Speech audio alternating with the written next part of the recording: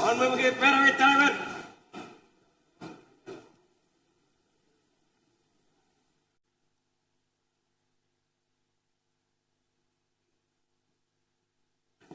இன்சொலால் ஈத்து அளிக்க வல்லார்க்கு தன் சொலால் தான் கண்டனைத்து உலகு. இனிய சொற்களுடன் தக்கவர்க்கு பொருளை உதவி காக்க வல்ல அரசருக்கு இவ்வுலகம் தன் புகழோடு தான் கருதியபடி அமைவதாகும். இரங்கற் குறிப்புகள் அமரலாம்.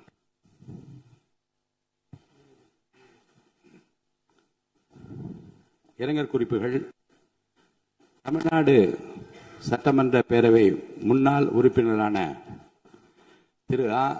சின்னசாமி அவர்கள் 14/6/2026 அன்றும் திரு வி. எஸ். காளிமுத்து அவர்கள் 29/4/2026 அன்றும் மறைவுற்ற செய்தியினை இப்பேரவைக்கு வருத்தத்துடன் தெரிவித்துக் கொள்கிறேன்.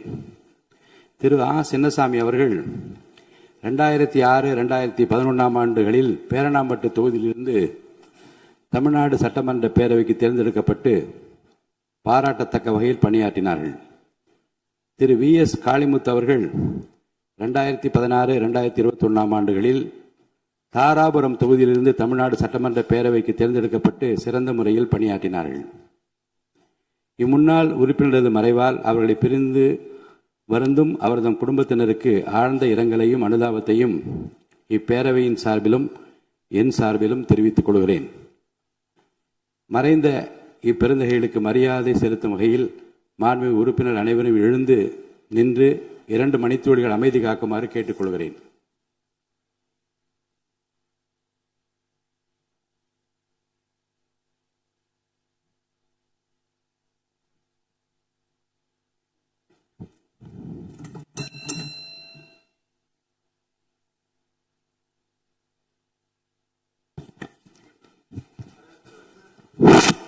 ஆளுநர் பேரவைக்கு நன்றி தெரிவிக்கும் தீர்மானம். ஆளுநர் பேரவைக்கு நன்றி தெரிவிக்கும் தீர்மானத்தின் மீது கொடுக்கப்பட்ட திருத்தங்கள் இன்று முன்மொழியப்பட்டு வழிமொழியப்பட வேண்டும். திருத்தங்களை முன்மொழிகின்ற உறுப்பினர்களுக்கு என்னுடைய அன்பான வேண்டுகோள். திருத்தங்களை முன்மொழிகின்ற உறுப்பினர்கள் நான் கொடுத்துள்ள திருத்தங்களை முன்மொழிகின்றேன் என்று சொன்னால் மட்டும் போதுமானது. கொடுத்துள்ள திருத்தங்கள் அவை நடவடிக்கை குறிப்பில் பதிவு செய்து கொள்ளப்படும். அதற்கு பிறகு முன்மொழிகின்ற உறுப்பினர்களுக்கு அருகில் அமர்ந்துள்ள உறுப்பினர் நான் அதை வழிமொழிகின்றேன் என்று சொன்னால் மட்டும் போதும். இந்த முறையை பின்பற்றும்படி நான் கேட்டுக்கொள்கிறேன். திருத்தங்கள் கொடுத்துள்ள உறுப்பினர் பெயரை நான் வரிசையாக படிக்கின்றேன். மாண்பு உறுப்பினர் திரு இரா ஜெயராமகிருஷ்ணன் அவர்கள்.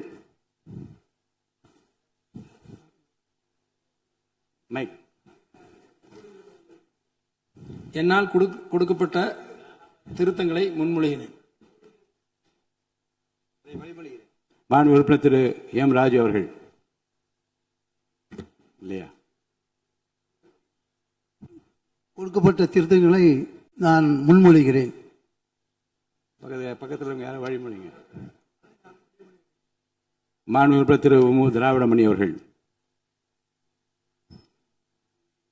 நான் கொடுக்கப்பட்ட திருத்தங்களை முன்மொழிகின்றேன்.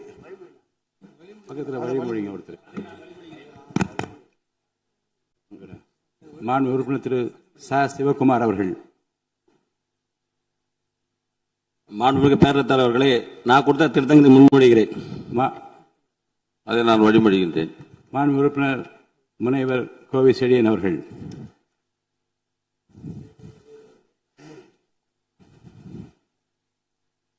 அதை நான் வழிமொழிகிறேன். மாண்பு உறுப்பினர் திரு பி. கே. சேகர் பாபு அவர்கள். தலைவர் அவர்களே, நான் கொடுத்த திருத்தங்களை முன்மொழிகிறேன். நான் வழிமொழிகிறேன். மாண்பு உறுப்பினர் திரு சிவஸ் வி. மெய்யநாதன் அவர்கள். மாண்புமிகு பேரவைத் தலைவர் அவர்களே, நான் கொடுத்த திருத்தங்களை முன்மொழிகின்றேன். அதை நான் வழிமொழிகிறேன். மாண்பு உறுப்பினர் திரு க. வைத்திலிங்கம் அவர்கள். பேரவைத் தலைவர் அவர்களுக்கு வணக்கம். நான் கொடுத்த திருத்தங்களை முன்மொழிகின்றேன். மாண்பு உறுப்பினர் முனைவர் ஆ. கணேஷ்குமார் அவர்கள். நான் வழிமொழிகிறேன். மாண்புமிகு பேரவைத் தலைவர் அவர்களே, நான் கவர்னர் உரையின் மீது கொடுத்த திருத்தங்களை முன்மொழிகிறேன். அது நான் வழிமொழிகிறேன். மாண்பு உறுப்பினர் திரு காதர் பாஷா முத்துராமலிங்கம் அவர்கள். மாண்புமிகு பேரவைத் தலைவர் அவர்களே, நான் கொடுக்கப்பட்ட தீர்மானங்களை முன்மொழிகிறேன். மாண்புமிகு உறுப்பினர் திரு அதை நான் வழிமொழிகிறேன். மாண்புமிகு உறுப்பினர் திரு தங்கம் தென்னரசு அவர்கள். பேரவைத் தலைவர்களே, நான் கொடுத்திருக்கக்கூடிய திருத்தங்களை நான் முன்மொழிகிறேன். மாண்புமிகு பேரவைத் தலைவர் அவர்களே, உறுப்பினர் அவர்கள் முன்மொழிந்ததை நான் வழிமொழிகிறேன். மாண்புமிகு உறுப்பினர் திரு மு தமிமுன் அன்சாரி அவர்கள் அவர் இருக்கையில் இல்லை. மாண்புமிகு உறுப்பினர் திரு க கருணாநிதி அவர்கள். முன்மொழிகிறேன். நான் அதை வழிமொழிகிறேன். மாண்புமிகு உறுப்பினர் திரு க கார்த்திகேயன் அவர்கள். அதை நான் முன்மொழிகிறேன். அதை நான் வழிமொழிகிறேன். மாண்புமிகு உறுப்பினர் திரு க அண்ணாதுரை அவர்கள். மாண்புமிகு பேரவைத் தலைவர் அவர்களே, திருத்தங்களை முன்மொழிகிறேன். நான் அதை வழிமொழிகிறேன். மாண்புமிகு உறுப்பினர் திரு த சாமிநாதன் அவர்கள். பேரவைத் தலைவர் அவர்களே, நான் கொடுத்த திருத்தங்களை முன்மொழிகிறேன். நான் அதை வழிமொழிகின்றேன். மாண்புமிகு உறுப்பினர் திரு சி வே கணேசன் அவர்கள். மாண்புமிகு பேரவைத் தலைவர் அவர்களே, நான் கொடுத்த திருத்தங்களை முன்மொழிகிறேன். அதை நான் வழிமொழிகின்றேன். மாண்புமிகு உறுப்பினர் திரு ஜி ஆர் வசந்தவேல் அவர்கள். அவர்களே, நான் கொடுத்த திருத்தங்களை முன்மொழிகின்றேன். அதை நான் வழிமொழிகிறேன். மாண்புமிகு உறுப்பினர் திரு அர சக்கரபாணி அவர்கள் இருக்கையில் இல்லை. மாண்புமிகு உறுப்பினர் திரு துரை சந்திரசேகரன் அவர்கள்.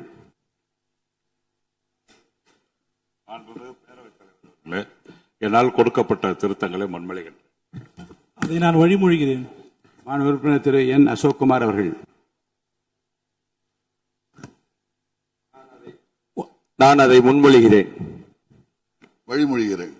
மாண்புமிகு உறுப்பினர் டாக்டர் கலை கதிரவன் அவர்கள். மாண்புமிகு பேரவைத் தலைவர் அவர்களே, நான் கொடுக்கப்பட்ட திருத்தங்களை முன்மொழிகிறேன். அதை நான் வழிமொழிகிறேன். மாண்புமிகு உறுப்பினர் திரு ஐ பி செந்தில்குமார் அவர்கள். மாண்புமிகு பேரவைத் தலைவர் அவர்களே, என்னால் கொடுக்கப்பட்ட திருத்தங்களை நான் முன்மொழிகின்றேன். மாண்புமிகு பேரவைத் தலைவர்களே, வணக்கம். அதை நான் வழிமொழிகிறேன். மாண்புமிகு உறுப்பினர் திரு ஏவா வேலு அவர்கள். மாண்புமிகு பேரவைத் தலைவர்களே, என்னால் கொடுக்கப்பட்ட திருத்தத்தை நான் முன்மொழிகிறேன். பேரவைத் தலைவர்களே, வழிமொழிகிறேன். மாண்புமிகு உறுப்பினர் திரு மு அப்துல் வஹாப் அவர்கள். மாண்புமிகு பேரவைத் தலைவர் அவர்களே, என்னால் கொடுக்கப்பட்ட தீர்மானங்களை முன்மொழிகின்றேன். அதை நான் வழிமொழிகிறேன். மாண்புமிகு உறுப்பினர் முனைவர் எம்.எச். ஜவஹருல்லா அவர்கள்.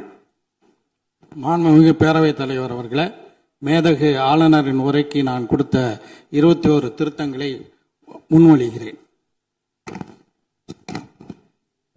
மாண்புமிகு பேரவைத் தலைவர் அவர்களே, மாண்புமிகு உறுப்பினர் முன்மொழிந்ததை நான் வழிமொழிகிறேன். மாண்புமிகு உறுப்பினர் திரு ஆ குட்டி என்கிற சுதாகர் அவர்கள். பேரவைத் தலைவர் அவர்களே, நான் கொடுத்த தீர்மானத்தை முன்மொழிகிறேன். அதை நான் வழிமொழிகிறேன். மாண்புமிகு உறுப்பினர் திரு அக்ரி எஸ்.எஸ். கிருஷ்ணமூர்த்தி அவர்கள்.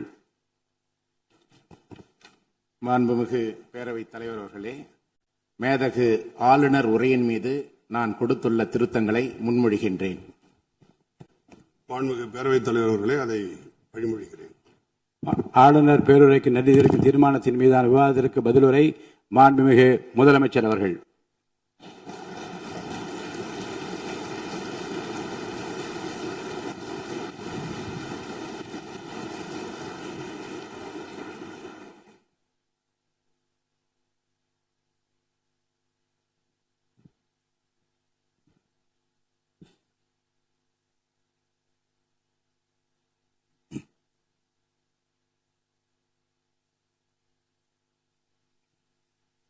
மாண்புமிகு பேரவைத் தலைவர் அவர்களே, மாபெரும் தலைவர்கள் வழிநடத்திய மாண்பும் மாபெரும் வரலாற்று சிறப்பு கொண்ட இந்த சட்டமன்ற பேரவையின் 17வது சட்டமன்ற பேரவைக்கு நம்மையும் நம்ம தமிழக வெற்றிக் கழகத்தை சார்ந்த சட்டமன்ற உறுப்பினர்களையும் தேர்ந்தெடுத்து அனுப்பின நிரந்தரமாக என் நெஞ்சில் குடியிருக்கும் தாயன்புமிக்க தமிழக மக்கள் அனைவருக்கும் என்னுடைய மனப்பூர்வமான நன்றிகள். 17வது சட்டமன்ற கூட்டத்தொடரின் முதல் ஆளுநர் உரையின் மீதான நன்றி தெரிவிக்கும் தீர்மானத்திற்கு பதிலுரை வழங்க வாய்ப்பளித்த மாண்புமிகு பேரவைத் தலைவருக்கு நம் வணக்கத்தை தெரிவித்துக் கொள்கிறோம். மாண்புமிகு பேரவைத் தலைவர் அவர்களே, இந்த 17வது மாமன்றத்தில் அதிகப்படியான 12 கட்சிகளை சேர்ந்த பிரதிநிதிகள் தேர்ந்தெடுக்கப்பட்டிருக்கும். நாம கொள்கை ரீதியாகவும் நிலைப்பாடு ரீதியாகவும் வேறுபட்டு இருந்தாலும் மக்கள் பணி செய்வதுதான் நம்ம எல்லாருக்கும் பிரைமரியா இருக்கிற ஒரே எய்ம். அந்த வகையில தான் நம்ம எல்லாருமே நம்ம மக்களால் அங்கீகரிக்கப்பட்டு சட்டமன்றத்திற்கு வந்திருக்கிறோம். அதனால நாம கருத்தால் வேறுபட்டாலும் மக்கள் சேவை என்ற நோக்கத்தில் நம்ம மாநிலம் சார்ந்த விஷயங்கள்ல நம்ம எல்லாரும் ஒன்றிணைந்து பயணிச்சா நம்ம தமிழ்நாடு என்னைக்கும் எதிலையும் முதன்மை மாநிலமாக திகழும். ஆளுநர் உரைக்கு நன்றி தெரிவிக்கும் தீர்மானத்தில் பேசின மாண்புமிகு உறுப்பினர்களுக்கு நன்றி. எதிர்த்து பேசினாதான் எதிர்கட்சின்னு ப்ரூவ் பண்ண முடியும்னு நினைச்சுக்கிட்டு பேசின எதிர்கட்சியை சேர்ந்த எதிர்கட்சி தலைவர் உள்ளிட்ட மாண்புமிகு உறுப்பினர்களுக்கும் வணக்கமும் நன்றியும். பதிலுரை வழங்குற அதே நேரத்தில் நம்மளை சட்டமன்ற உறுப்பினராக தேர்ந்தெடுத்த பெரம்பூர் தொகுதி மக்களுக்கு நம்மளோட நெஞ்சார்ந்த நன்றிகள். அதே மாதிரி ராஜினாமா பண்ணிட்டாலும் நம்மளை தேர்ந்தெடுத்த திருச்சி கிழக்கு மக்களுக்கும் இந்த மன்றத்தில் நம்மளோட நன்றியை பதிவு செய்கிறோம். அப்புறம் நம்மளோட அரசியல் பயணத்தை பற்றியும் கொஞ்சம் பதிவு செய்ய விரும்புகிறோம். நாம ஏதோ ஷூட்டிங்லேருந்து நேராக வந்து சிஎம் ஆன மாதிரியே சில பேர் ஒரு இமேஜ் கிரியேட் பண்ணுறாங்க. அவங்களுக்கு அவங்க ஆசைப்படுற லாங்குவேஜ்லேயே சொல்கிறோம், அது வெறும் ரீல் தான், ரியல் கிடையாது. ஒரு சாதாரண நடிகனாக நம்ம கெரியர் தொடங்குச்சு. அப்புறம் அப்படியே சின்சியராக உழைச்சி மேலே வந்தோம். நம்ம கெரியரில் நாம் மேலே வந்ததுக்கு இந்த விஜய் ஒருத்தன் மட்டுமே காரணம் இல்லை, அவனோட உழைப்பு மட்டுமே காரணம் இல்லை. இந்த விஜயோட உழைப்புக்கும் உயர்வுக்கும் பின்னாடி இருக்கிற ஒட்டுமொத்த தமிழ்நாட்டு மக்களோட அன்பும் அரவணைப்பும் தான் காரணம். ஒவ்வொரு வீட்டில் இருக்க ஒவ்வொருத்தரும் நம்மளை அவங்க வீட்டில் ஒருத்தனா ஏற்றுக்கிட்டது தான் நமக்கு கடவுளும் மக்களும் தந்த மிகப்பெரிய வரம். அதுக்காகவே கடவுளுக்கு சமமான நம்மளோட சொந்தங்களான தமிழக மக்கள் அனைவருக்கும் மீண்டும் மீண்டும் நன்றி. இப்படி நம்மளை தாயன்போடு அள்ளி அரவணைச்ச தமிழ்நாட்டு மக்களுக்கு நாம் எப்படியெல்லாம் துணையாக இருந்தோம், எப்படியெல்லாம் மக்களோட மக்களா இருந்தோம்னு சொல்றேன். 1990ஸ்லயே ரசிகர் மன்றமா இருந்தப்பவே மக்களுக்கு துணையா நிற்க ஆரம்பிச்சோம். அதுக்கப்புறம் நற்படி மன்றமாகவும் அதுக்கப்புறம் விஜய் மக்கள் இயக்கமாகவும் மாறி மக்களோட மக்களா நின்றுகிட்டு இருந்தோம். 2008 ஈழத் தமிழருக்கு ஆதரவா உண்ணாவிரதம் போராட்டம் செஞ்சோம். போர் முடிவுக்கு வரணும், நம்ம தொப்புள் கூடிய உறவுகளான ஈழத் தமிழர்களுக்கு பாதுகாப்பான நிம்மதியான ஒரு வாழ்வு கிடைக்கணும்னு அன்னைக்கே கோரிக்கை வச்சோம். 2009 ஆரம்பிச்ச விஜய் மக்கள் இயக்கம் வழியா நம்மளோட மக்கள் நல பணிகளை எக்ஸ்டெண்ட் அண்ட் எக்ஸ்பேண்ட் பண்ணிக்கிட்டே வந்தோம். கல்விக்கு துணையா இருந்தோம், சோஷியல் சர்வீஸ் செஞ்சோம், வெள்ள நிவாரணத்துல துணையா இருந்தோம், கொரோனா காலத்துல மக்களுக்கு தோள் கொடுத்தோம். விலையில்லா விருந்தகம், குருதியகம், முட்டைப்பால் ரொட்டி திட்டம், விழியகம், பயிலகம், நூலகம், இப்படி பல வழியில மக்களுக்கு துணையா இருந்தோம். அப்புறம் நம்மளோட திரைப்படங்கள்ல நம்மளால முடிஞ்ச வரைக்கும் ஊழல் எதிர்ப்ப சொன்னோம், சமூக நீதியை சொன்னோம், கல்வியை பத்தி சொன்னோம், அரசியலை பத்தி சொன்னோம். அரசியலை பத்தி பேசுனதுனால நம்ம படங்கள் சந்திச்ச இதுவரைக்கும் சந்திக்கிற பிரச்சனையை பத்தி எல்லாருக்குமே தெரிஞ்சதுதான். இது மட்டும் இல்லாம 2011 நாகப்பட்டினத்துல மீனவர் பிரச்சனைகளுக்கு ஆதரவா ஒரு பெரிய பொதுக்கூட்டம் நடத்தினோம். மீனவர்கள் மீதான தாக்குதலை கண்டிச்சு பேசி அதுல நம்மளோட எதிர்ப்பை பதிவு செஞ்சோம். 2017 ஜல்லிக்கட்டு போராட்டத்தில் தமிழர் பண்பாட்டு உரிமைக்கான நம்மளோட ஆதரவை தெரிவிச்சோம். 2018 ஸ்டெர்லைட் போராட்டம், துப்பாக்கி சூட்ல பாதிக்கப்பட்ட நம்ம சொந்தங்களை நேர்ல சந்திச்சு ஆறுதல் சொன்னோம். 2021 உள்ளாட்சி தேர்தலில் விஜய் மக்கள் இயக்க வேட்பாளர்கள் போட்டியிட்டு ஜெயிச்சாங்க. கல்வி விருது விழா நடத்தி சிறந்த மதிப்பெண் பெற்ற மாணவ மாணவிகளுக்கு ஊக்கத்தொகையும் பரிசும் கொடுத்தோம். 2024 தமிழக வெற்றி கழகத்தை ஆரம்பிச்ச உடனேயே CAA-வை எதிர்த்து அறிக்கை விட்டோம். அரசியல் கட்சி ஆரம்பிச்சு விழுப்புரம் மாவட்டத்தில் விக்கிரவாண்டியில நம்மளோட முதல் மாநில மாநாட்டிய வெற்றி கொள்கை திருவிழாவை நடத்தினோம். தந்தை பெரியார், பெருந்தலைவர் காமராஜர், அண்ணல் அம்பேத்கர், வீரமங்கை வேலுநாச்சியார், மக்கள் சேவகர் அஞ்சலை அம்மாள்னு நம்மளோட 5 கொள்கை தலைவர்களை அறிவிச்சோம். இந்தியாவிலே 2 பெண் ஆளுமைகளை கொள்கை தலைவர்கள் அறிவிச்ச ஒரே கட்சி நம்ம டிவிக்கு மட்டும்தான் என்ற பெருமையோடு அறிவிச்சோம்.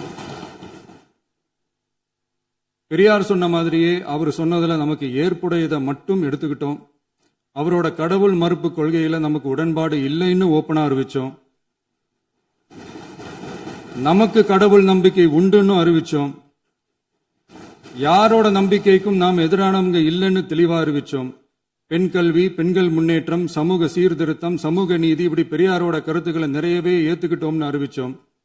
அண்ணல் அம்பேத்கரோட சம வாய்ப்பு, சம நீதி, சமத்துவத்தை ஃபாலோ பண்ணுவோம்னு அறிவிச்சோம். பெருந்தலைவர் காமராஜரோட மதச்சார்பின்மையை ஏத்துக்கிட்டதோட அவரோட நேர்மையான நிர்வாகத்தையே ஒரு கொள்கையா ஏத்துக்கிட்டோம்னு அறிவிச்சோம். வீரமங்கை வேலு நாச்சியாரோட மண் மீட்பையும் சமூக நல்லிணக்கத்தையும் பின்பற்றுவோம்னு அறிவிச்சோம். மக்கள் சேவகர் அஞ்சலை அம்மாளோட விடுதலை வேட்கையையும் மக்களோட வாழ்வாதாரத்துக்காக உறுதியாக நிற்கிறதையும் பின்பற்றுவோம்னு சொன்னோம். எல்லாருக்கும் எல்லாமும் கிடைக்கணும், எம் மதமும் நம் மதம்னு சொல்லி மதச்சார்பற்ற சமூக நீதி தான் நம்ம கொள்கைன்னு அறிவிச்சோம். நம்ம கொள்கை எதிரி யாரு, அரசியல் எதிரி யாருன்னு ஓப்பனா அறிவிச்சோம். எல்லாத்துக்கும் மேல பிறப்புக்கும் எல்லா உயிர்க்கும்ன்றத நம்மளோட அடிப்படை அரசியல் கோட்பாட்டா அறிவிச்சுட்டு தான் அரசியலுக்கே வந்தோம். நம்ம மதுரை மாநாட்டில் நம்மளோட தேர்தல் அரசியல் மற்றும் ஆட்சி அதிகார அரசியல் வழிகாட்டியா அறிஞர் அண்ணாவையும் புரட்சி தலைவர் எம்ஜிஆரையும் ஏத்துக்கிட்டதா அறிவிச்சோம். அப்புறம் இன்னனையும் நாம இங்க பதிவு செஞ்சே ஆகணும். எல்லாரும் கட்சி ஆரம்பிச்சுட்டு தான் ஒவ்வொரு வீட்டுக்குள்ளேயும் போவாங்க. ஆனா நாம ஒவ்வொரு வீட்டுக்குள்ளேயும் போனதுக்கு அப்புறம் தான் கட்சியவே ஆரம்பிச்சிருக்கிறோம். ஒவ்வொரு வீட்டில் ஒவ்வொருத்தரும் நம்மள அவங்க பிள்ளையா, மகனா, அண்ணனா, தம்பியா ஏத்துக்கிட்டதும் இயல்பா நடந்துச்சு. தமிழ்நாட்டு மக்களோட மனசுக்குள்ள போறதுக்கு நாம பட்ட பாடு நமக்கு மட்டும்தான் தெரியும். இதெல்லாம் புரிஞ்சாலும் புரியாத மாதிரி இருக்கிறவங்க தான் நம்மள நடிகன் என்று சொல்லியும் நம்ம கட்சிய நடிகன் கட்சின்னு சொல்லியும் சில நக்கல், நையாண்டி இதெல்லாம் பேசுவாங்க. அதை பத்தி நமக்கு கவலை இல்லைன்னு. இப்படி நம்ம அரசியல் பயணம் ரொம்ப டிரான்ஸ்பரண்டா தான் ஆரம்பிச்சிருக்கு. இந்த 2026 தேர்தலில் கூட்டணியே இல்லாமல் தனியா நின்னோம். மக்கள் நம்மள தெளிவா புரிஞ்சுக்கிட்டதாலையும் நம்ம டிவிகே தோழர்களோட உழைப்பாலையும் நாம 35% வாக்குகளை வாங்கினோம். 1,72,00,000 வாக்குகளோட தமிழ்நாட்டிலேயே தனி பெரும் கட்சியா வந்தோம். தமிழக மக்களாலையும் நம்மளோட ஆதரவு இயக்கங்களாலையும் இதோ இன்னைக்கு இங்க நம்ம டிவிகே ஆளும் கட்சியா உட்கார்ந்துருக்கிறோம். இந்த ஆளும் கட்சியா ஆனதும் அவ்வளவு சாதாரணமாலாம் நடந்துடல. 2.25 வருஷத்துல ஆட்சிக்கு வந்துட்டீங்கன்னு ரொம்ப கிண்டலா கேலியா சிலர் பேசுறாங்க. எங்களோட இந்த 2.25 வருஷ டிராவல்ல எவ்வளவு வலியும் வேதனையும் இருக்குது. நம்மளோட மக்கள் சந்திப்புக்கே அவ்வளவு இடையூறு, அவ்வளவு தடைகள், ஊர் உலகத்துல யாருக்கும் இல்லாத ஒன்னா நமக்கு மட்டுமேன்னு தனியா ஸ்பெஷலா எக்ஸ்க்ளூசிவா நிறைய நிபந்தனைகள், நெருக்கடிகள், கட்டுப்பாடுகள், நம்மளை சந்திக்க வர்ற மக்களுக்கு சரியான பாதுகாப்பு இல்லாம, நம்ம கூட்ட நிகழ்ச்சிக்கு போதுமான பாதுகாப்பு இல்லாமன்னு இன்னும் வெளியே சொல்ல முடியாத நிறைய சூழ்ச்சிகள் எல்லாத்தையும் தாண்டி தான் நாம் இந்த இடத்துக்கு வந்திருக்கிறோம். But still miles to go. நம்ம டிராவல்ல எல்லாத்துக்கும் உச்சமா நம்மளோட சொந்தங்கள், நம்மளோட உறவுகள், 41 பேர் கரூர் சம்பவத்தில் இழந்த வேதனை எல்லாம் எப்படி சொல்றதுனே தெரியல. நம்ம மனசை விட்டு என்னைக்கும் அந்த வலியும் வேதனையும் நீங்கவே நீங்காது. அதுலயும் நம்ம மேலேயே பழி போட்ட கொடுமையெல்லாம் இருக்கும் பாருங்க, அதெல்லாம் வேற லெவலுங்க. என்னத்துக்கு அப்படியெல்லாம் செஞ்சாங்கன்னு தெரியல. அரசியல்னா இப்படியெல்லாம் கொடூரமா இருக்கணுமா என்ன? சரி விடுங்க. இந்த விஜய் இவனோட மக்களுக்காக எதையும் தாங்க தயாராகிட்டான். இவ்வளவு பெயின்ஃபுல்லான நம்ம பொலிட்டிக்கல் டிராவல்ல நம்மளோட மிகப்பெரிய ஆறுதலும் பலமும் என்ன தெரியுமா? என் நெஞ்சில் குடியிருக்கும் என்னோட தமிழ்நாட்டு மக்களும், என் உயிருக்கு உயிரான என்னோட தோழர்களும் தான். அவங்களோட பலத்தால தான். அன்னைக்கு 1967 முன்னாள் முதல்வர் மாண்புமிகு அறிஞர் அண்ணா அவர்கள் தலைமையில் அமைஞ்ச சாமானியர்களோட ஆட்சி மாதிரி, 1977 முன்னாள் முதல்வர் மாண்புமிகு புரட்சி தலைவர் எம்ஜிஆர் அவர்கள் தலைமையில் அமைஞ்ச மிக சாமானியர்களோட ஆட்சி மாதிரி, இதோ இன்னைக்கு அதே வரிசையில 2026 சட்டமன்ற தேர்தலில் இந்த விஜயோட தோழர்கள் இடம்பெற்ற ஒரு மிக மிக சாமானியர்களின் ஆட்சி அமைஞ்சிருக்கு. வாகை சூடும் வரலாறு திரும்பி இருக்கிறது. இப்படி ஒரு தீர்ப்பை மக்கள் அளிச்சதுனாலதான் தமிழக வரலாற்றில் ஒரு மகத்தான கூட்டணி ஆட்சியை நாம் அமைச்சிருக்கிறோம். இளைஞர்களால என்ன செய்ய முடியும், பெண்களால என்ன செய்ய முடியும்னு கேட்டவங்களுக்கான பதில் தான் இன்னைக்கு அமைஞ்சிருக்கிற நம்ம ஆட்சி. ஒரே ஒரு குடும்பம் மட்டும் முக்கியம்னு சொல்றது நம்மளோட ஆட்சி அதிகார அரசியல் இல்ல. தமிழ்நாட்டில் இருக்கிற ஒவ்வொரு குடும்பமும் முக்கியம்னு சொல்றது தான் நம்ம அரசியல். நம்மளோட ஆட்சி அதிகாரம் அதான் நம்மளோட மனசாட்சி உள்ள மக்களாட்சி. இந்த 2026 தேர்தலில் யாராலும் உடைக்கவே முடியாதுன்னு சொன்ன மதத்தை உடைச்சோம், சாதியை உடைச்சோம், முக்கியமா காசு கொடுத்து ஓட்டு வாங்குற ஒரு நச்சு கலாச்சாரத்தையே சுக்கு நூறா தூள் தூளா உடைச்சிருந்தோம். நாம கிளீன் கவர்னன்ஸ் அண்ட் குட் கவர்னன்ஸ்ல உறுதியா இருக்கிறோம். இப்ப மட்டும் இல்ல, எப்பவுமே இப்படிதான் இருப்போம். இதுல 100% இது உண்மைன்றதுனாலதான் பாரம்பரியமான தினத்தந்தி பத்திரிகை ஊழலின் ஊற்றுக்கண் அடைக்கப்படுகிறதுன்னு 16/6/2026 அன்னைக்கு ஒரு தலையங்கமே எழுதியிருக்கு. ஒரு தவறு செய்தால் அது தெரிந்து செய்தால் அவன் தேவன் என்றாலும் விடமாட்டேன் என்று எம்ஜிஆர் அன்று பாடினார். அதை இன்று விஜய் செயலில் காட்டுகிறார்னு அந்த எடிட்டோரியல்ல எழுதியிருக்கு. இந்த நேரத்தில் தினத்தந்திக்கு நம்மளோட நன்றியை தெரிவிச்சுக்கிறோம். அரசியலுக்கு வந்து 2 வருஷம் தான் ஆகுது. உங்களுக்கு என்ன தெரியும், உங்களால என்ன முடியும்னு கேலியா கேட்டவங்களுக்கு தினத்தந்தியோட பதிலை இப்போதைக்கு போதும்னு நினைக்கிறேன். என்னென்னமோ செய்வான்னு சொல்றானே இந்த விஜய், பல வருஷமா இருக்கிற ஒரு பதவி வெறி பிடிச்ச அரசியலை உடைச்சி எப்படி செய்வான்னு நம்ம மக்களை யோசிச்சிருவாங்க. இதோ இப்போ நம்ம மக்களுக்கு புரிஞ்சிருக்கும். இப்பவும் சொல்றோம், இது வெறும் ஆரம்பம் தாங்க. இந்த மாபெரும் சபையிலிருந்து கேட்கிற மக்களே, நமக்கு கொஞ்சம் அவகாசம் கொடுங்க. இதுக்கு முன்னாடி, அதாவது 2017 கடைசியில இருந்து 2026 ஏப்ரல் வரைக்கும் இருந்த புண்ணியவான்கள் ஆட்சியில ஒவ்வொரு டிபார்ட்மெண்ட்லயும் போட்ட ஏராளமான ஓட்டைகளை அடைச்சிக்கிட்டே படிப்படியா மக்களுக்கு நல்லதையும் செஞ்சுக்கிட்டே வருவோம். அதனாலதான் நமக்கு எதிரா யார் யாரோ சேரவே மாட்டாங்கன்னு நினைச்சவங்க எல்லாம் ஒன்னா சேர்றாங்க. நம்ம ஆட்சிக்கு டேட்டு குறிக்கிறாங்க.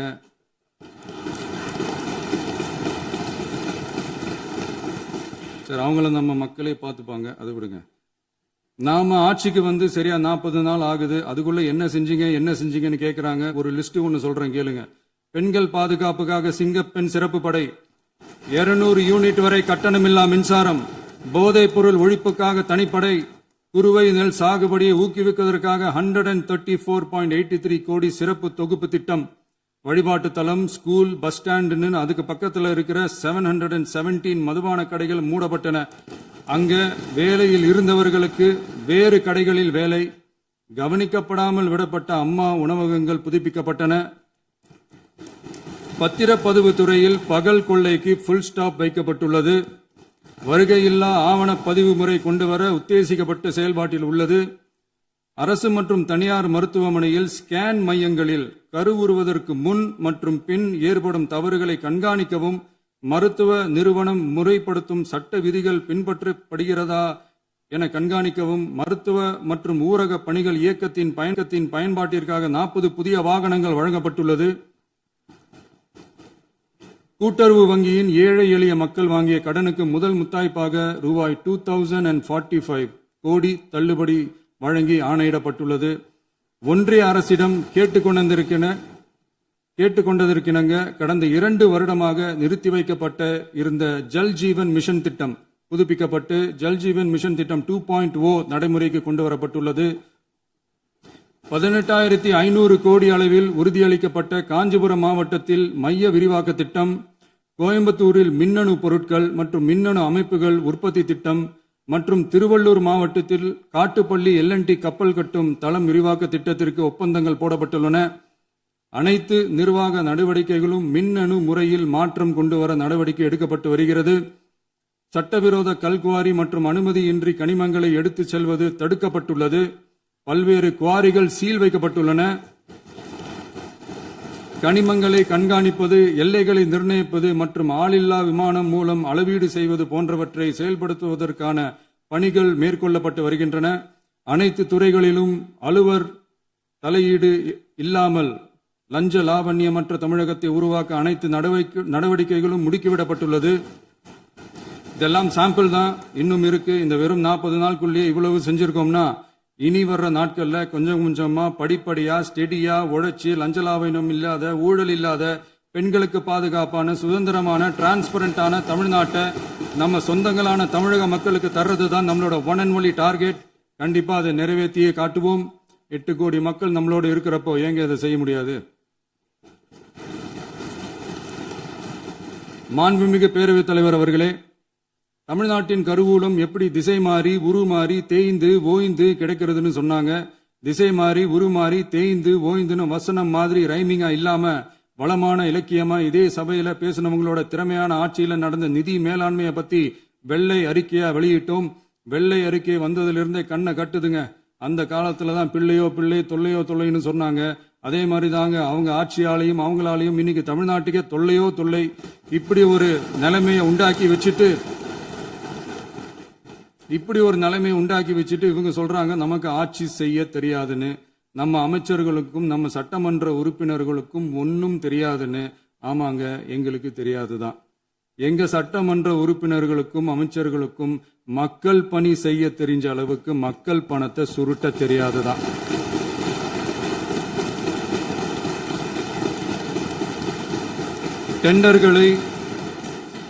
டெண்டர்களை முறைப்படுத்த தெரிஞ்ச அளவுக்கு அதோட ரேட்டை உயர்த்தி ஊழல் செய்ய தெரியாதுதான்.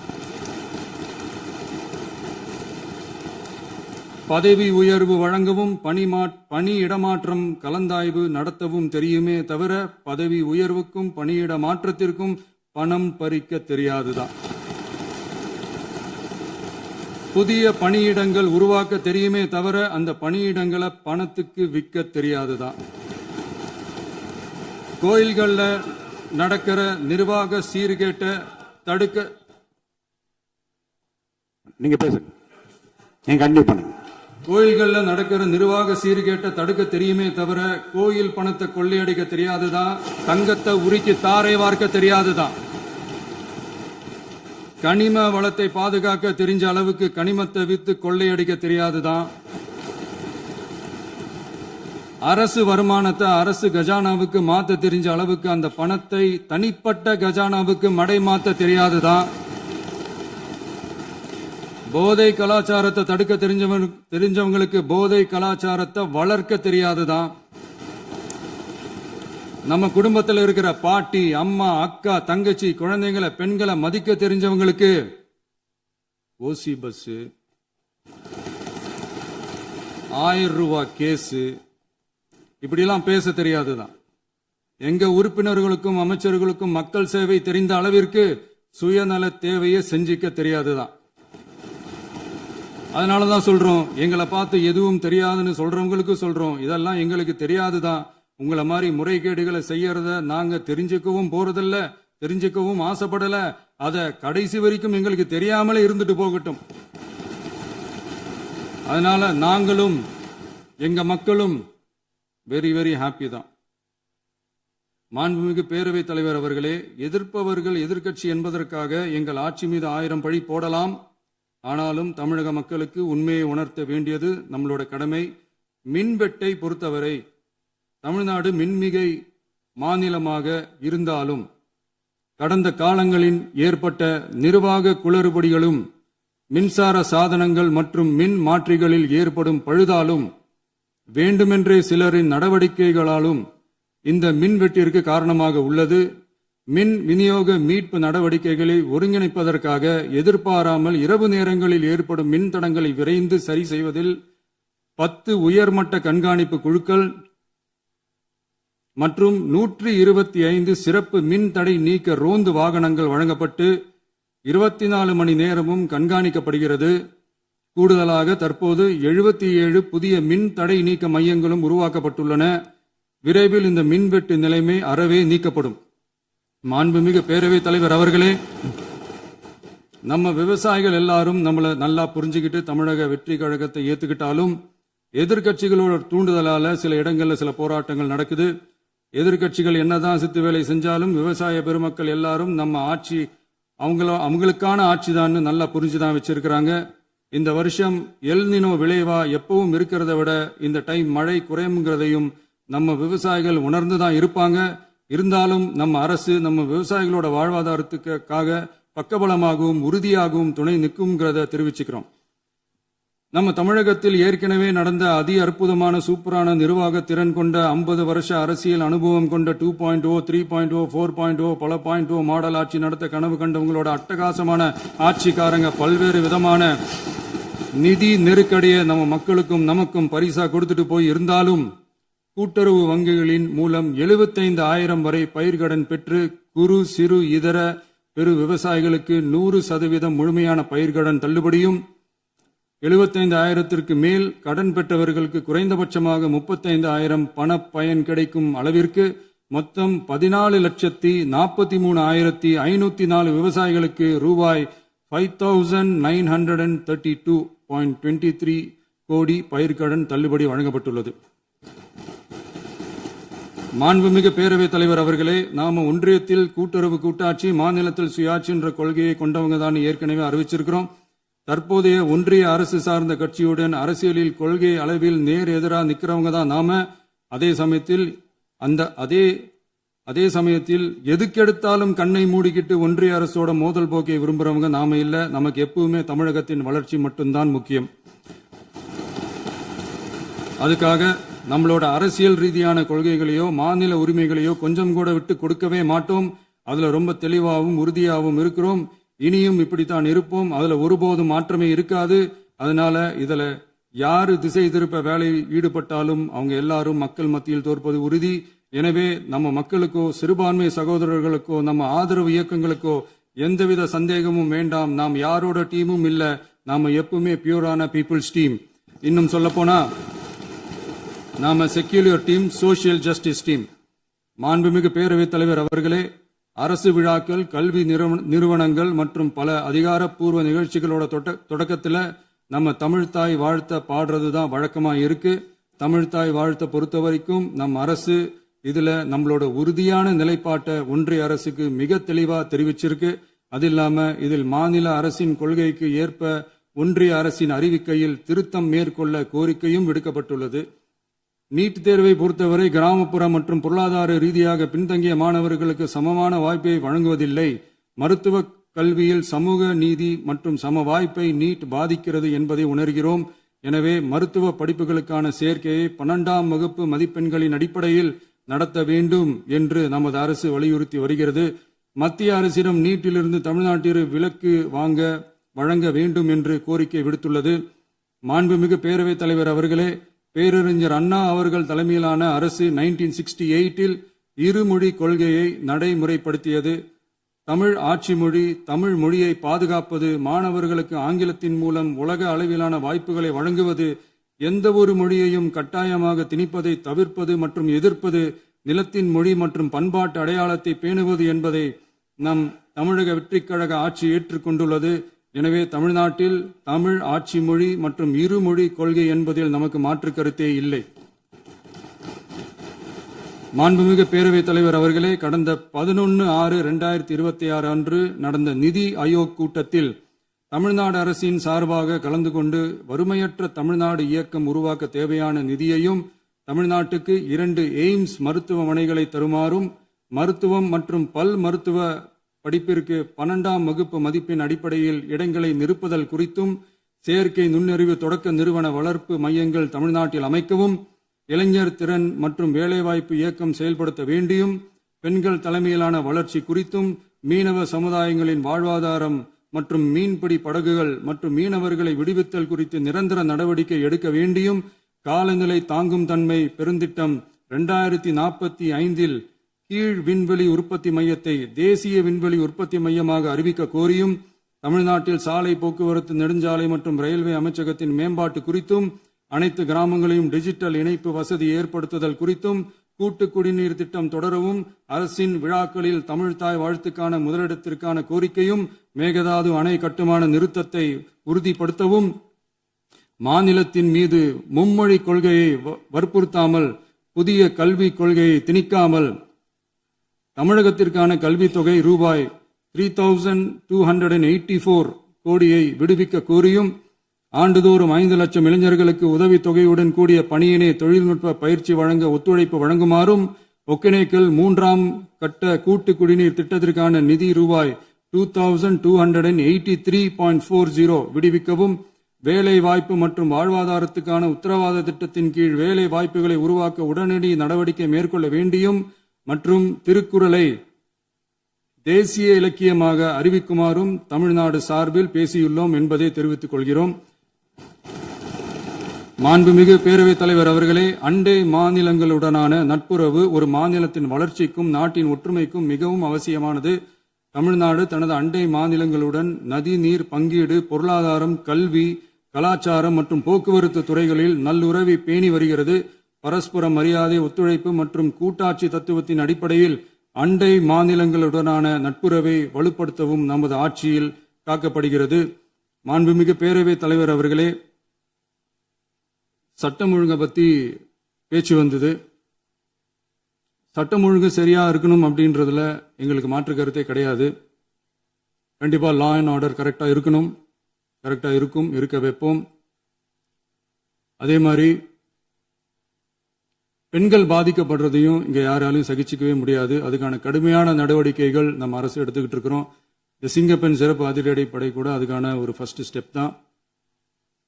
அதே மாதிரி இந்த போதைப் பொருள் நடமாட்டம் அதை கண்ட்ரோல் பண்றதுக்கும் நம்ம அரசு கடுமையான நடவடிக்கைகள் எடுத்துக்கிட்டு இருக்கிறோம். அதையும் கண்டினியூ பண்ணி எடுப்போம். மாண்புமிகு பேரவைத் தலைவர் அவர்களே, இப்ப நான் சொன்ன இந்த பிரச்சனைகள்லாம் இந்த 2026 போன மாசம் மே மாசம் 10ஆம் தேதி புதுசா வந்துடல. இதெல்லாம் பல வருஷமா இருக்கிற பிரச்சனைகள் தான், பல வருஷமா கண்டுக்காம விட்ட பிரச்சனைகள் தான். இன்னைக்கு எதிர்கட்சிக்காரங்க அதை பத்தி கேட்கும் போது எனக்கு அது அக்கறையா தெரியல, அவதூறு அரசியலா தான் தெரியுது, பழி போடுற அரசியலா தான் தெரியுது. இப்படி அவதூறு பழி போடுறவங்களை பார்த்து ஒன்னே ஒன்று தான் கேட்கணும்னு தோணுது. கடந்த 9-10 மாசமா நம்ம ஸ்டேட்ல சட்டம் ஒழுங்கு டிஜிபியே இல்லை. சட்டம் ஒழுங்கு டிஜிபியை போடுங்கன்னு சொல்லி எல்லாம் ஓஞ்சி போயிட்டோம். போன ஆட்சியில நடந்ததுக்கெல்லாம் இப்பதான் விடையே கண்டுபிடிக்கிறோம் நம்ம ஆட்சியில்.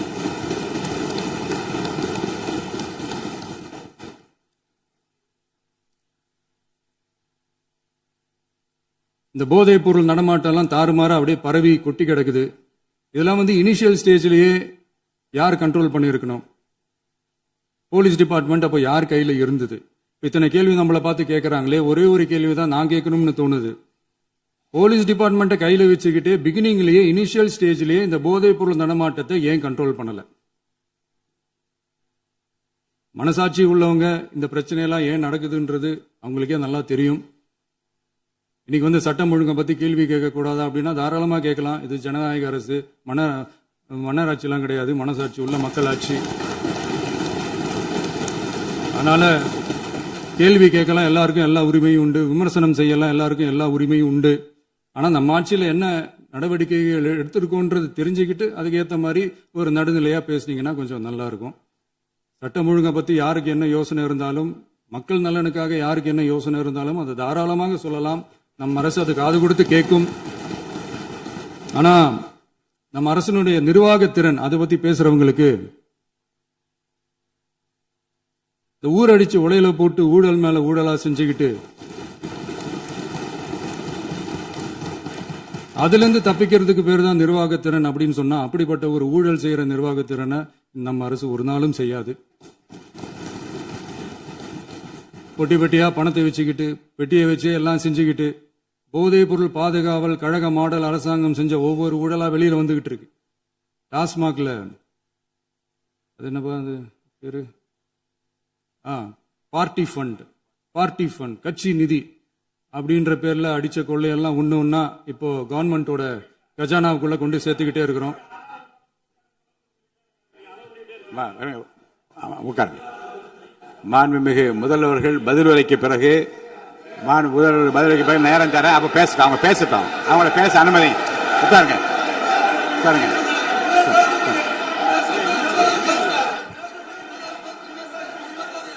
மாண்புமிகு அலோவ் பண்றேன் உட்காருங்க. மாண்பு உறுப்பினர்கள் நீங்க இங்க உட்காருங்க, அமைதியா உட்காரு. நீங்க எல்லாம் உட்காருங்க. உட்காருங்க. மாண்புமிகு நீங்க எல்லாரும் உட்காருங்க. அமைதியா உட்காருங்க. இருங்க உட்காருங்க. அப்புறம் நீங்க என்ன உட்காருங்க, நான் கொடுப்பேன், உட்காருங்க. நான் பாயிண்ட் ஆஃப் வர கொடுங்க, நான் கொடுக்குறேன். உட்காருங்க உட்காருங்க உட்காருங்க உட்காருங்க உட்காருங்க உட்காருங்க உட்காருங்க உட்காருங்க உட்காருங்க உட்காருங்க உட்காருங்க. மாண்புமிகு முதல்வர் அவர்கள் கோர்வையாக நிதானமாக சொல்லிக்கொண்டே இருக்கிறார். நீங்க குறிப்பெடுத்து வைத்துக் கொள்ளுங்கள். பேசி முடித்தவுடன் நான் உங்களுக்கு அவகாசம் தருகிறேன். நீங்க ஒன்னு ஒன்னா சொல்லுங்க, என்ன என்று நீங்க சொல்லுங்க. உங்க சொல்லுகிற வாய்ப்பை நான் உங்களுக்கு தருகிறேன். இப்போது மாண்புமிகு முதலமைச்சர் உங்கள் உரையை தொடரலாம்.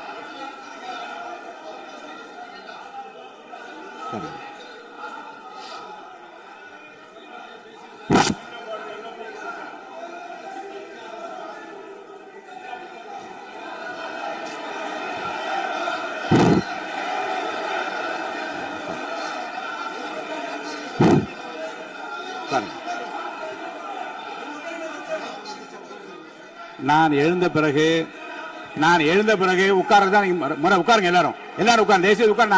நான் அலோவ் பண்றேன். உட்காருங்க, அமைதியா உட்காருங்க. நான் அலோவ் பண்றேன். அமைதியா உட்காருங்க. உட்காருங்க. அங்க இருந்து குரல் கொடுக்காதீங்க. உட்காருங்க.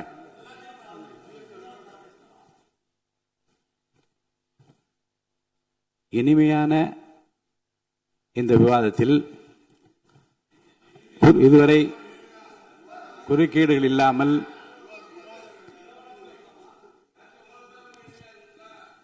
கொஞ்சம் அமைதியா இருங்க.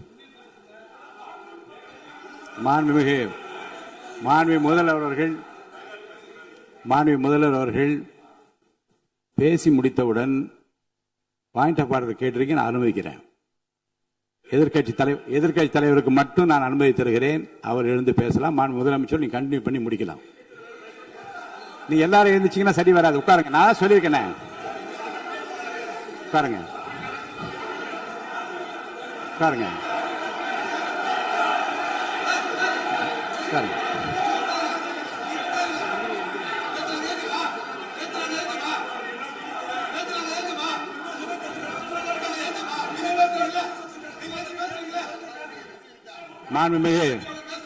மாண்பு உறுப்பினர் அமைதி காக்க வேண்டும். நேற்று எதிர்க்கட்சி தலைவர் பேசுகிற போதும் அவர் பேசுகிற எல்லாவற்றுக்கும் நான் அனுமதி அளித்தேன். அதுல பாயிண்ட் ஆஃப் கேளுங்க. அந்த விவாதத்தில் கேளுங்க.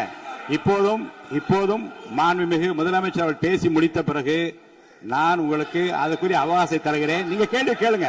கேட்கிற உரிமையும் விளக்கத்தை பெற்றுக்கொள்ள உரிமை உங்களுக்கு இருக்கிறது. அதற்கு அவகாசம் நான் தருகிறேன்.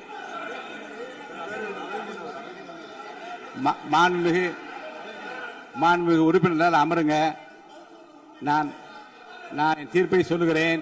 மாண்புமிகு முதலமைச்சர் அவர்கள் பேசி முடித்தவுடன் எதிர்க்கட்சி தலைவருக்கு அந்த வாய்ப்பை நான் தருகிறேன். நிச்சயமா அந்த கேள்வி கேட்கலாம். உட்காருங்க எல்லாரும். பேரவை முன்னவர் பேசுங்க. மாண்பு பேரவைத் தலைவர் அவர்களே, இன்று இவர்கள் முயற்சி செய்வது அவர் ஆளுங்கட்சியாக இருக்கின்ற போது இருங்க, நான் சொல்லிடுறேன் பிளீஸ். ஒரே நிமிஷம் நான் சொல்லிடுறேன் பிளீஸ். ஆளும் கட்சியாக இருக்கின்ற போது நீங்கள் சொன்ன ஒரே வார்த்தை, நாங்கள் பேசி முடித்ததற்கு பிறகு குறிப்பிடுத்துவிட்டு நீங்கள் எந்த கேள்வி வேண்டுமானாலும் கேட்கலாம் என்று ஒரு முறையை நீங்கள் பின்பற்றினீர்கள். அதே முறையை இப்போது பின்பற்ற வேண்டும் என்று கேட்டுக்கொள்கிறேன். பள்ளிக்கல்வித்துறை அமைச்சர். மாண்புமிகு பேரவைத் தலைவர் அவர்களே, நேற்றைய தினம் கூட எதிர்க்கட்சி தலைவர் சொன்னதை முழுமையாக கேட்டு இறுதியில் ஒரு வாய்ப்பு தந்தீங்க. அதுவும் இல்லாம இந்த நேரத்தில் நேரலையில் நீங்களும் பாக்குறீங்க.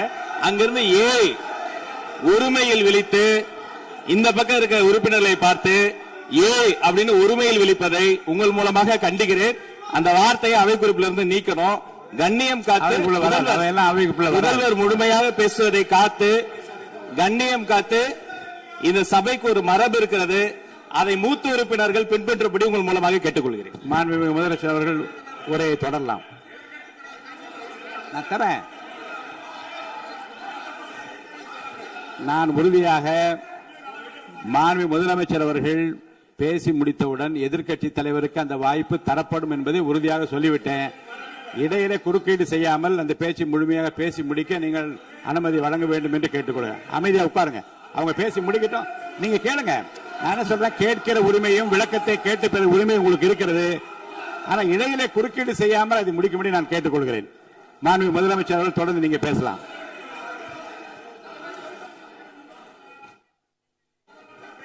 எதிர்க்கட்சி தலைவர் அவர்கள் உங்கள் கட்சியினுடைய உறுப்பினரை அமைதிப்படுத்த வேண்டும் என்று நான் கேட்டுக்கொள்கிறேன். உங்களுக்கு வாய்ப்பு தரவில்லை என்றால் அவர் எழுந்து நிற்பதில் நியாயம் இருக்கு. வாய்ப்பு தரப்போகிறேன். நான் முதலமைச்சர் அவர்கள் பேசி முடித்தவுடன் உங்களுக்கு வாய்ப்பு தரப்படும். அது வரைக்கும் உங்களுடைய உறுப்பினரை அமைதி காக்க நீங்கள் தான் பார்த்துக் கொள்ள வேண்டும். மாண்புமிகு அவை முன்னவர். மாண்புமிகு பேரவைத் தலைவர் அவர்களே, அவர் அப்போது சொன்னது வேறு, இப்போது நடந்து கொள்கிற முறைகள் வேறாக இருக்கிறது. அன்றைக்கு அவர் சொல்லுகிற போது அமைச்சர் அத்தனை பேரும் பேசி முடித்ததற்கு பிறகு உங்களுடைய கருத்துக்கள் யாராவது தெரிவிக்கலாம். இப்போது பின்பற்றினால் நன்றாக இருக்கும். நீங்கள் அதற்காகத்தான் சொன்னீர்கள். முதலமைச்சர் பேசியதற்கு பிறகு எதிர்க்கட்சி தலைவர் அவர்கள் பேசுவதற்கு வாய்ப்பளிக்கிறோம் என்று சொல்லியிருக்கிறார்கள். ஆகவே தான் அந்த வாய்ப்பை நீங்கள் இல்ல அது பதில் சொல்லணும்னு கேட்டிருக்காங்க. பதில் சொல்லணும் சொல்லியிருக்காங்க. பதில் சொல்லினா தங்க பிரச்சனை இல்ல அப்படி இல்ல. ஆகவே இல்ல நேற்றைய தினம் நீங்கள் அப்படி பேசிக்கொண்டது ஆறாவது இல்ல. நேற்றைய தினம் நீங்கள் பேசுகிற போது ஆறாவது குறுக்கிட்டார்களா? நீங்கள் பேசுகிற போது யாருமே குறுக்கிடவில்லை. நீங்க எவ்வளவு பேசினீர்கள், எவ்வளவு வார்த்தைகள் பேசினீர்கள் என்பதெல்லாம் எங்களுக்கு தெரியும். யாருமே அதில் குறுக்கிடவில்லை. இது முதலமைச்சர், எங்கள் முதலமைச்சர் எதிர்க்கட்சி தலைவர் பேசுகிற போது யாரும் குறுக்கிட வேண்டாம் என்று சொன்னார்கள். அதை நாங்கள் பின்பற்றினோம். ஆனால் இன்றைக்கு நீங்கள் பின்பற்றவில்லை என்பதால் வேதனையாக இருக்கிறார். முன்னவர் நேற்று எதிர்க்கட்சி தலைவர் பேசுகிற போது அடுக்கடுக்காக குற்றச்சாட்டுல வைத்தார். இப்போ அதற்குரிய மாண்புமிகு பொதுப்பணித்துறை அமைச்சர் கூட காலையில் அலுவலகத்தை சந்தித்து அவர்கள் சாட்டிய குற்றச்சாட்டுகளுக்கெல்லாம் ஆதாரங்களை எல்லாம் நான் கொண்டு வந்திருக்கிறேன் என்று சொன்னேன். நான் நேற்று அந்த விஷயம் நேற்றோடு முடிந்து விட்டது. ஆதாரங்களை கொடுங்கள். தக்க நேரத்தில் இதை பற்றி சொல்ல வேண்டிய நேர்ந்தால் நான் இதெல்லாம் ஆய்வு செய்து உரிய நேரத்தில் அவை குறிப்பிட்டு ஏற்றுவதற்கு முன்பாக அவரிடம் காட்டி அதற்கு பிறகு அதை பற்றி முடிவெடுக்கும் என்று நான் சொன்னேன்.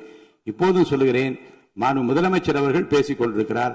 பேசி முடிக்கட்டும். எதிர்க்கட்சி தலைவருக்கு உறுதியாக நான் வாய்ப்பு தருவேன்.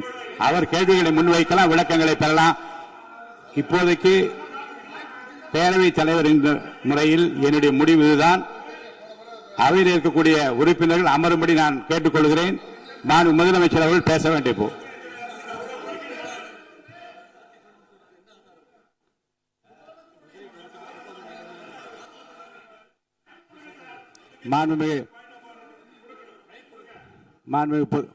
இருங்க.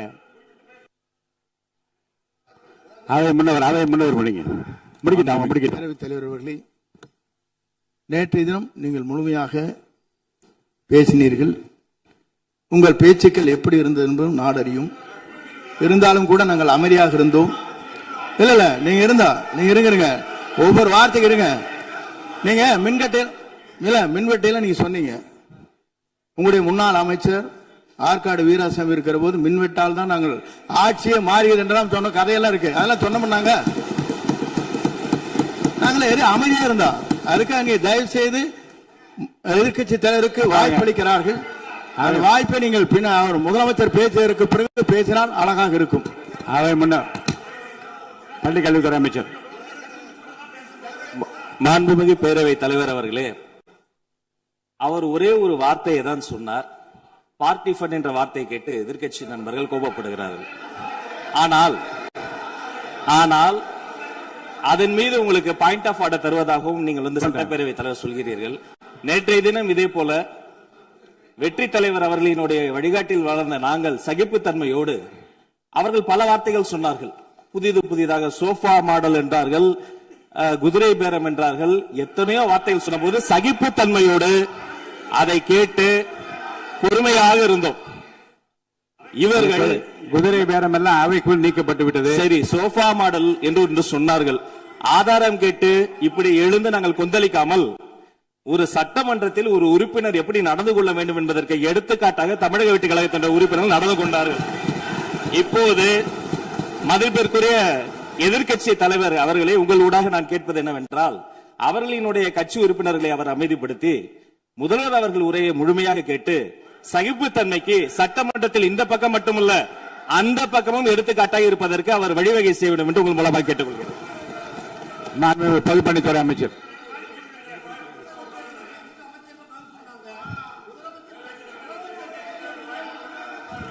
மாண்புமிகு பேரவைத் தலைவர் அவர்களே, திராவிட முன்னேற்ற கழகம் முதல் நாளில் இந்த சபையுடைய மரபையும் பாரம்பரியத்தை பற்றியும் நமக்கு வகுப்படுத்தார்கள். அந்த மரபுப்படி எங்களுடைய தலைவருடைய வழியில் இந்த சட்டசபையுடைய நிகழ்வுகளில் நாங்கள் கலந்து கொண்டிருக்கிறோம். நேற்று எதிர்க்கட்சி தலைவர் பேசும்பொழுது எவ்வளவோ வார்த்தைகள் உண்மைக்கு புறம்பாக சட்டத்திற்கு எதிராக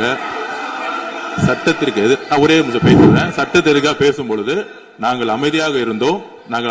ஒரு 2-3 முறை தான் அவரு பேசும்போது மினிஸ்டர்கள் இருந்துச்சு நின்னாங்க.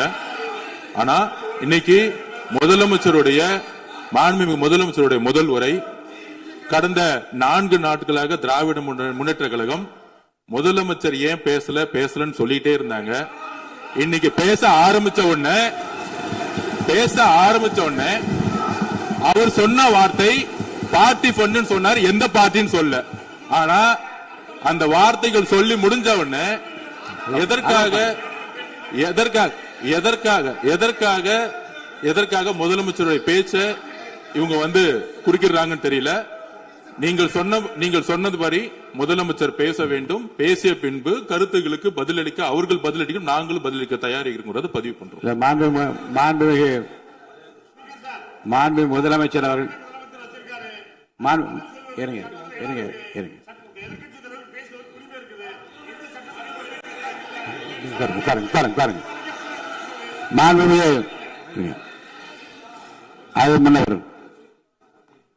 மரபு இருக்கிறது, எப்போது வேணா பாயிண்ட் ஆஃப் ஆர்டர் இருக்கலாம். இருந்தாலும் கூட நீங்க அந்த மரபை நீங்க கடைபிடித்தீங்களா உங்க ஆட்சியில? நீங்க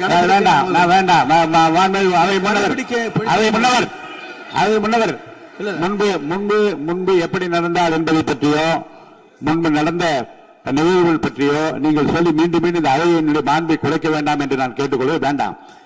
இப்போது உள்ள பிரச்சனை மாண்பு முதலமைச்சர் அவர்கள் தன்னுடைய பேச்சை உறுதி செய்து முடிக்க வேண்டும். அவர் முடித்த பிறகு எதிர்க்கட்சி தலைவருக்கு நான் நிச்சயமாக வாய்ப்பு தருவேன். அவர் கேள்வி கணைகளை தொடுக்கலாம், சந்தேகங்களை கேட்கலாம்.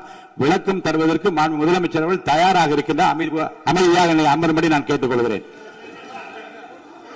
இப்போது நான் அனுமதிக்க முடியாது. மாண்பு முதலமைச்சர் உரையை தொடரலாம்.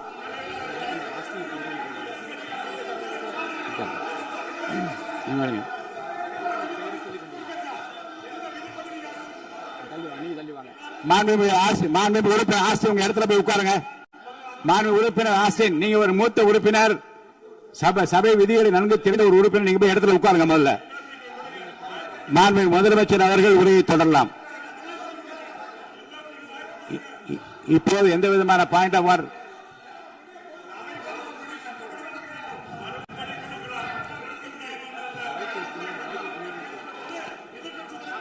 நான் வாய்ப்பு இல்லை என்று சொன்னால் நீ எழுந்து நிற்பதிலே நியாயம் இருக்கிறது. உட்காருங்க. வாய்ப்பு உறுதியாக எதிர்க்கட்சி தலைவருக்கு பாயிண்ட் ஆஃப் ஆர்டர் மட்டுமல்ல, உட்கார்ந்து அவர் பேசிய பேச்சுக்கள் என்னென்ன இருங்க, என்ன உங்களுக்கு சந்தேகம் இருக்கிறதோ, வினாக்கள் இருக்கிறதோ அதை நீங்க கேட்கலாம். அவர் பதில் சொல்வதற்கு தயாராக இருக்கிறார். பேசி முடிக்கின்ற வரை அமைதி காக்கும்படி உங்களை நான் கேட்டுக்கொள்கிறேன். மாண்புமிகு எதிர்க்கட்சி தலைவர் முழு ஒத்துழைப்பை நீங்கள் தர வேண்டும் என்று நான் எதிர்பார்க்கிறேன்.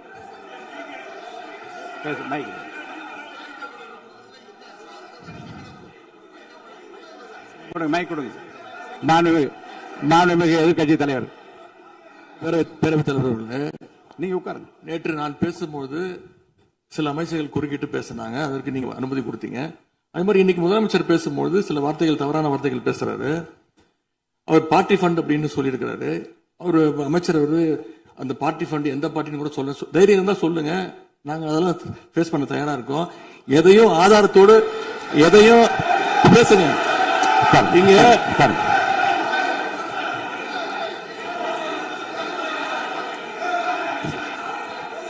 அது மாதிரி பேரவைத் தலைவர் அவர்களே, நேற்று நான் பேசி முடிஞ்சோடனே நீங்க அவை முடிஞ்சிருச்சுன்னு சொல்லிட்டீங்க. நாங்கெல்லாம் வீட்டுக்கு போயிட்டோம். வீட்டுக்கு போய் டிவி போட்டு பார்த்தா அங்க இன்னொரு அமைச்சர் இன்னும் பதில் சொல்லிட்டே இருந்திருக்கிறாரு. அதற்கெல்லாம் நாங்க இப்ப என்ன பதில் இது, என்ன மரபு இது?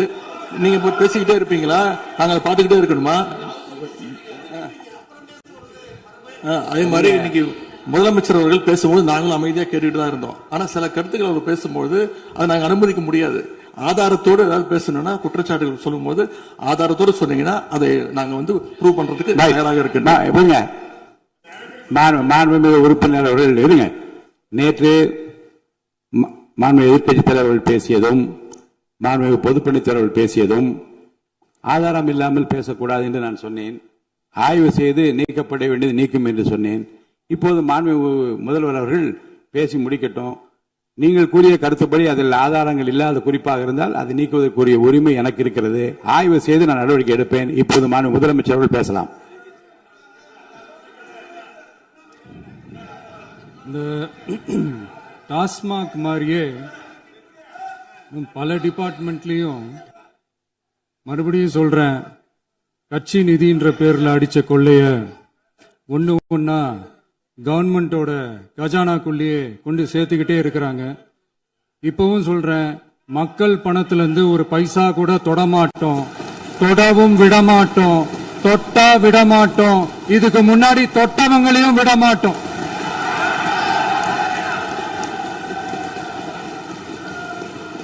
ஒவ்வொரு ஊழலா வெளியில வரும் போலே,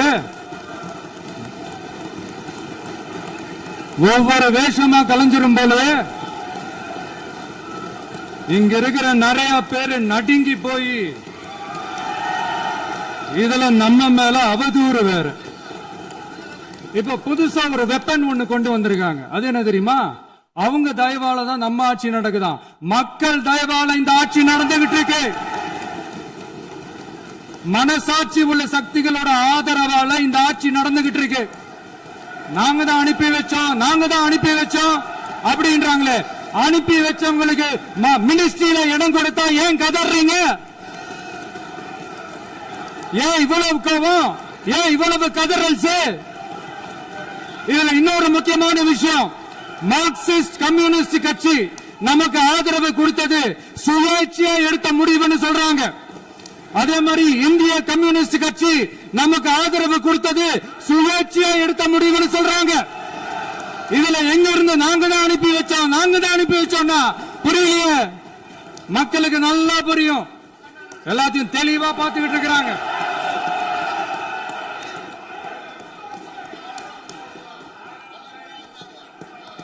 முதலமைச்சர் கண்டினியூ பண்ணலாம். முதலமைச்சர் முதலமைச்சர்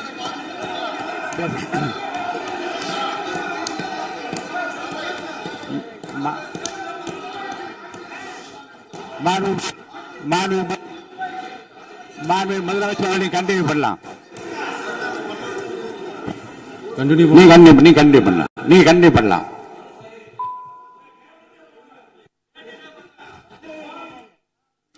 இந்த சமூக நீதி அரசுன்னு சொல்றவங்களை பார்த்து கேட்கிறேன், நம்ம பட்டியலின சகோதரர்களுக்கு எத்தனை அமைச்சர் பதவி கொடுத்தீங்கன்னு கொஞ்சம் சொல்ல முடியுமா? ஆனா நம்மளுடைய அரசுல 8 அமைச்சர் பதவிகள் யாருக்கு? நம்ம பட்டியலின சகோதரர்களுக்கு. எல்லாம் நம்ம அண்ணன், நம்ம தம்பி, நம்ம தங்கச்சிங்க.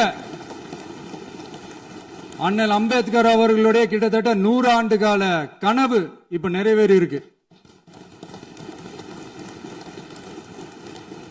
நான் ஏன் கொஞ்சம் சவுண்டா பேசுறேன் அப்படின்னா அவங்களுக்கு கேட்கணுன்றதுக்காக தப்பா எடுத்துக்காது. அதே மாதிரி பெண்களோட பாதுகாவலர் நாங்க தான் அப்படின்னு சொல்லிக்கிறவங்களை கேட்கிறேன், எத்தனை பெண்களுக்கு அமைச்சர் பதவியில இடம் கொடுத்தீங்க கொஞ்சம் சொல்ல முடியுமா? எங்க அரசுல 4 சகோதரிகளுக்கு அமைச்சர் பதவி கொடுத்திருக்கிறோம்.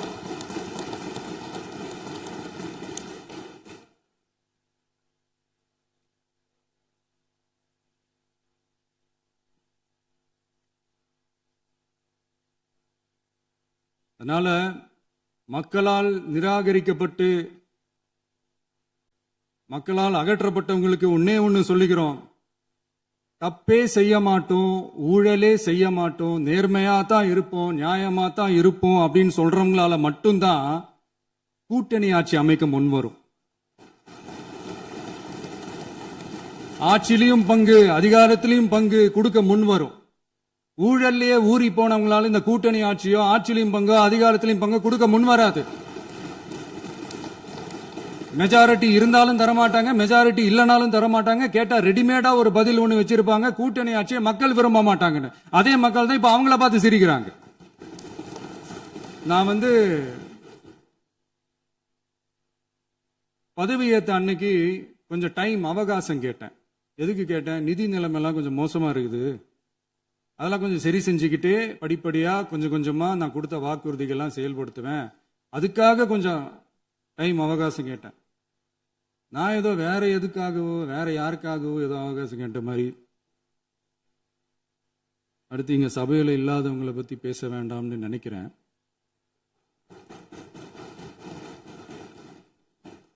இங்க நம்மளை பத்தி அவதூறு பரப்புறதோட மட்டும் இல்லாம இப்ப நம்ம மக்கள் மேலேயும் அவதூறு பரப்ப ஆரம்பிச்சிட்டாங்க.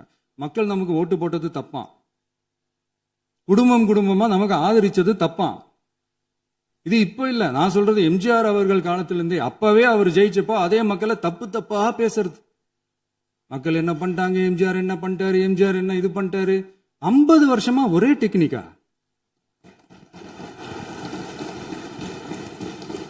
டெக்னாலஜி எல்லாம் மாறி வேற எங்கேயோ போயிட்டு இருக்கு பஸ். இதுல கொஞ்சம் டெக்னிக்காச்சும் கொஞ்சம் மாத்தினா கொஞ்சம் நல்லா இருக்கும். அதனால மக்களுக்கு யூஸ்ஃபுல்லா இருக்கிற மாதிரி இந்த ஆக்கப்பூர்வமான கருத்துக்களோ ஆக்கப்பூர்வமான யோசனைகளோ இருந்தா சொல்லுங்க, அதை நாங்க டெஃபரெண்டா எடுத்துக்கிறோம். ஆனா அதை விட்டுட்டு இந்த நக்கல் நையாண்டி சம்பந்தம் இல்லாத பேச்சு இதெல்லாம் பேசிட்டு அப்புறம் முதல்வர் பதில் சொல்லல, முதல்வருக்கு பதில் சொல்ல தெரியல அப்படின்னா அப்புறம் என்ன சோஃபா மாடல் ஆட்சியா? அது என்னன்னு புரியறதுக்கே எனக்கு ரொம்ப நாள் ஆச்சு. இந்த sofa set, table chair, teapoy, furniture பிசினஸ்லாம் வேற எங்க வெளியில போய் பண்ண சொல்லுங்க. அப்படி அந்த பிசினஸ் தான் பண்ணணும்னா நிறைய பிசினஸ் பண்ற மாதிரி வெளியில போய் பண்ண சொல்லுங்க, இங்க சட்டசபைக்குள்ள வேணாம். அதனால ஆக்கப்பூர்வமான கருத்துக்கள் இருந்தா சொல்லுங்க, டெஃபினட்டா அது சரியா இருந்தா நாங்க ஏத்துக்கிறோம். எனக்கு ஒரு குட்டி கதை ஒண்ணு ஞாபகம் வருது, சொல்லாமா? ஒரு ஊர்ல ஒரு பெரியவர் வெயில் ரொம்ப ஜாஸ்தியா இருக்குன்னு சொல்லிட்டு கண்ணுக்கு மேல கை வச்சுக்கிட்டு இப்படி சுத்தி முத்தி தேடிக்கிட்டு இருந்தாராம். அப்ப கூட இருந்த ஒரு சின்ன பையன் என்ன தேடுறீங்க அப்படின்னு கேட்டானா. அதுக்கு அந்த பெரியவர் சொன்னாரா, அது ஒண்ணு இல்ல தம்பி, உங்க அப்பா இங்கதான் இருப்பாருன்னு சொன்னாங்க, அதான் தேடிக்கிட்டு இருக்கேன். எங்க உங்க அப்பாவையா காணோம்?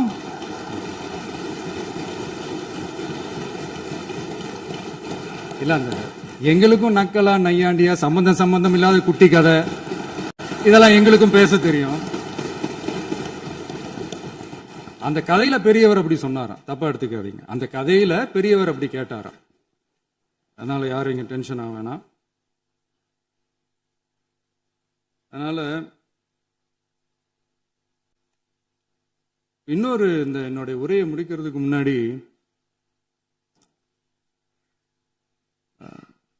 போயிட்டாங்க, பேசலாமா?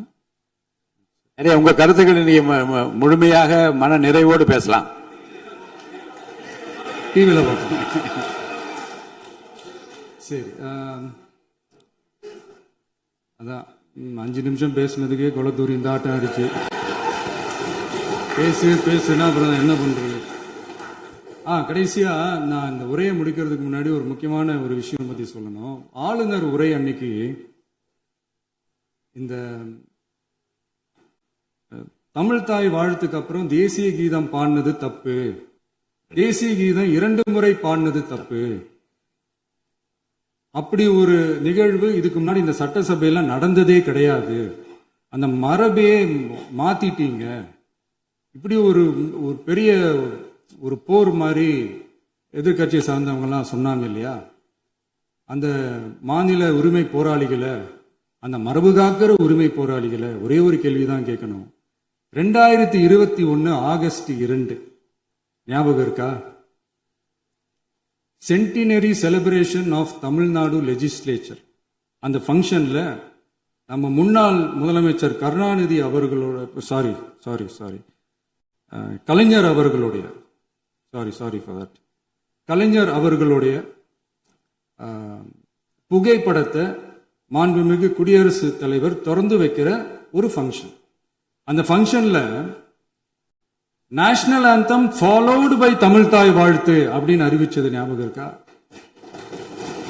அதாவது தேசிய கீதத்துக்கு அப்புறமா இரண்டாவது முறையா, நோட் திஸ் பாயிண்ட் மாண்புமிகு பேரவைத் தலைவர் அவர்களே, ப்ளீஸ் நோட் திஸ் பாயிண்ட். தேசிய கீதத்துக்கு அப்புறம் இரண்டாவது முறையாக தமிழ் தாய் வாழ்த்து பாடப்படும் அப்படின்னு சொன்னது ஞாபகம் இருக்கா?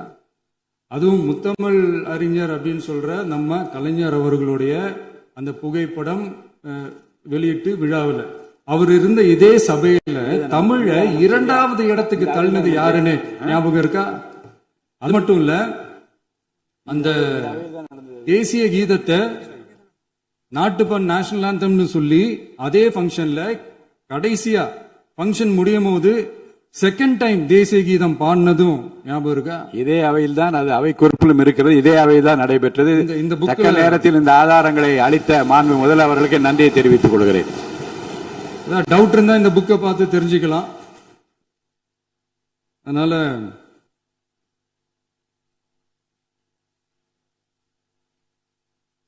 இதெல்லாம் கேட்டா என்ன சொல்லுவாங்கன்னா, அது ஜனாதிபதி கலந்துகிட்ட ஃபங்க்ஷன், அதெல்லாம் அப்படிதான், அதெல்லாம் கண்டுக்க கூடாது அப்படின்னு சொல்லுவாங்க. இதே மாதிரிதான் பேசுறது ஒண்ணு, செய்யறது ஒண்ணு, செய்யறது ஒண்ணு, பேசுறது ஒண்ணு. இதெல்லாம் மக்கள் பார்த்துக்கிட்டு இருக்காங்க. எலெக்ஷனுக்கு முன்னாடி தான் அப்படி செஞ்சுக்கிட்டு இருந்தாங்க, இப்போ எலெக்ஷனுக்கு அப்புறம் அதே தான் செய்யறாங்க.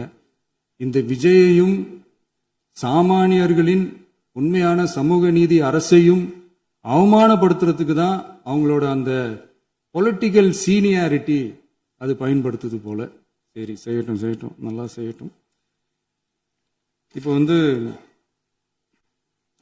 ஆனாலும் நம்மளுடைய மாநில உரிமை, மொழி உரிமை, உத்தமபுத்திரர் போல வேஷம் போடுற எதிர்கட்சிக்கு ஒன்றை மட்டும் ஆணித்தரமாக சொல்றோம். உங்களை மாதிரி தமிழ்னு சொல்லிக்கிட்டு, மொழி, பண்பாடு, கலாச்சாரம்னு சொல்லிக்கிட்டு ரெட்டை வேஷம் போடுறவங்க நாங்க கிடையாது. உலகெங்கும் வாழும் என் தமிழ் சொந்தங்களுக்கு நம்முடைய உத்தரவாதம் தமிழ் தான் எங்க உயிர் நாடி அப்படின்றத மறக்க மாட்டோம். இப்பவும் சொல்றோம், மாநில உரிமையில எப்பவும் உறுதியா இருப்போம். அதே சமயத்துல அரசியல் வேற, ஒன்றிய மாநில அரசுகளுக்கு இடையே இருக்கிற நிர்வாக அணுகுமுறை வேற. இதுல நாங்க ரொம்ப தெளிவா இருக்கிறோம். அதனால எங்களுக்கு பாடம் எடுக்கிறதா நினைச்சுக்கிட்டு உங்க வேஷத்தை நீங்களே கொஞ்சம் கொஞ்சமா கலைச்சிக்கிட்டே வர்றீங்க, மறந்துடாதீங்க. அப்புறம் நேத்து எதிர்கட்சி தலைவர், மாண்புமிகு எதிர்கட்சி தலைவர் பேசும்போது நிறைய பேசினாங்க. அதுல ஒண்ணு மட்டும் அரசு சொல்றதா நினைச்சுக்கிட்டு நம்மளை இன்டைரக்டா ஈவில் அப்படின்ற அந்த வார்த்தையை யூஸ் பண்ணாங்க. எனக்கு ஒண்ணுதான் சொல்லணும்னு தோணுது. ஈவில்ஸ்னு டெவில்ஸ் பேசக்கூடாது.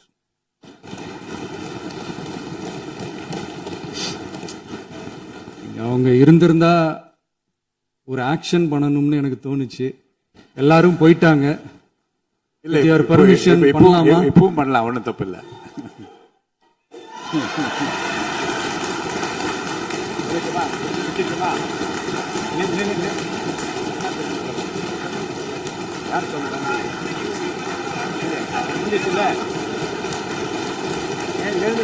சொல்லட்டுமா?